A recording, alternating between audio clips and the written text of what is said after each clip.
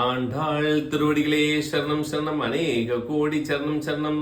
அடியேன் ஆண்டாள் பாஸ்கர் பேசுகிறேன். இன்றைய டாபிக் ரொம்ப அற்புதமான டாபிக். என்ன அப்படின்னு சொன்னால், ஓம் அப்படிங்கிற ஓங்காரம் நாம் தியானத்துலேயும் இதுலேயும் நம்ம சொல்கிறோம்.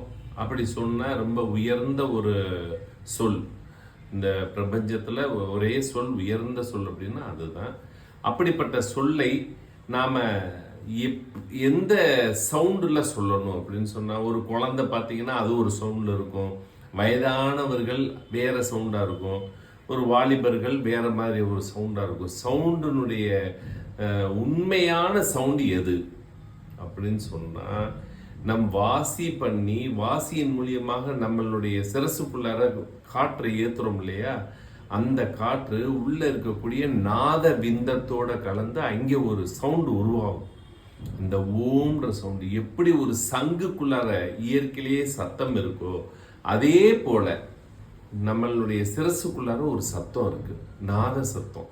அந்த சத்தத்தின் ஒளி ஓம் அப்படிங்கிற ஒளி. நம்ம ஆழ்ந்து தியானத்தில் இருக்கும்போது அந்த சத்தம் நம்மளுக்கு கேட்கும். அதுதான் உண்மையான ஓம் என்னும் சத்தம். அடியே ஆண்டாள் பாஸ்கர்.